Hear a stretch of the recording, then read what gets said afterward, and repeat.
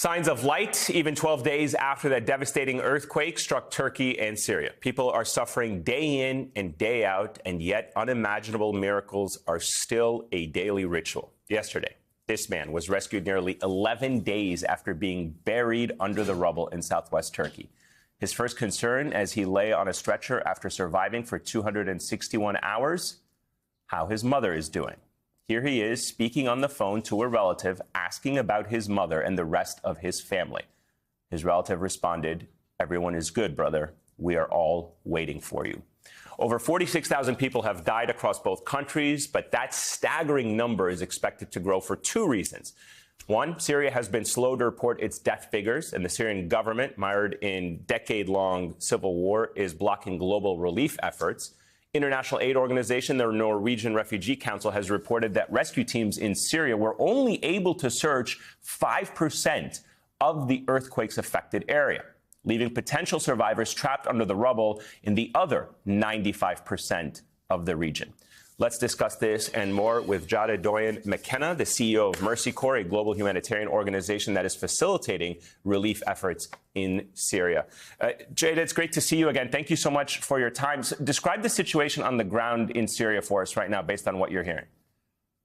The situation on dire, and that's because it already was coming on into a dire situation. Before the earthquake, we were delivering humanitarian assistance in Syria due to the decades-long conflict that you mentioned. So you're already dealing with a population where the infrastructure has already been quite weakened and damaged in terms of building quality. There has been an outflow of talent in hospitals and other critical things. And these are citizens that have been on the move, that were already receiving critical food and shelter from organizations like ours. We were serving about 300,000 people in northwest Syria before the earthquake even hit. So while the absolute numbers of people affected in Turkey may be larger because it was closer to the epicenter, the depth of destruction and devastation is very much going to be much more difficult for the people of Syria. Can you talk to us a little bit about the obstacles to rescue and aid efforts, and what are the biggest needs at this moment? I mean, I can imagine that there are both diplomatic, political, as well as logistical challenges in getting these relief efforts into Syria. Yeah, it's a tough situation. The good thing is relief efforts are coming in, but we have to make sure that remains in place. In a normal circumstance, Turkey would be a first responder for an event like this in Syria. However, in this case, Turkey is heavily affected. Many of the most reliable supply routes in and out of northwest Syria, so those trucks are having to go through past a lot of other trauma to get to the trauma of Syria. We also had a situation where Syria didn't have the same kinds of rubble remover and heavy machinery to really clean up as well and to get to people after the earthquake. So it's just a little bit more difficult to navigate the terrain, on top of the fact that it is a very cold and brutal winter with a lot of snow and rain. And so we're doing things as basic as even putting down gravel in displacement camps where we were already working just to get through that. So it's very, very difficult. We think there are about almost 300,000 people in immediate need of assistance in Syria.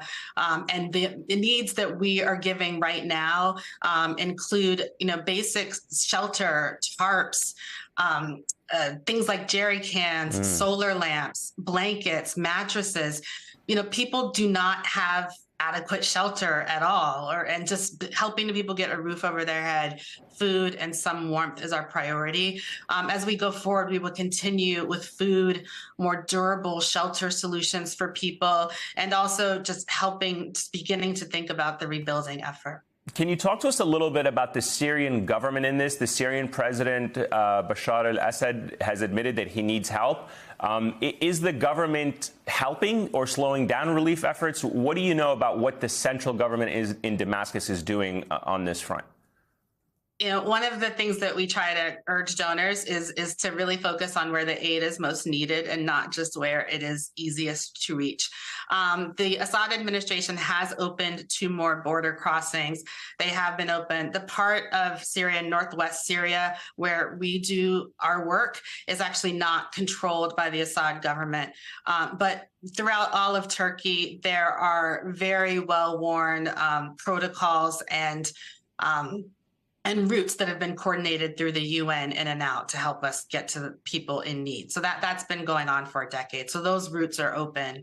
And as you said, there's a recognition everywhere that the people of Syria really need the support. Yeah, and we certainly hope anyone who's watching who wants to help to consider helping all of the work that you're doing. Jada Doyen McKenna, CEO of Mercy Corps, thank you so much to you and everyone involved in your organization. Thank you for bringing attention.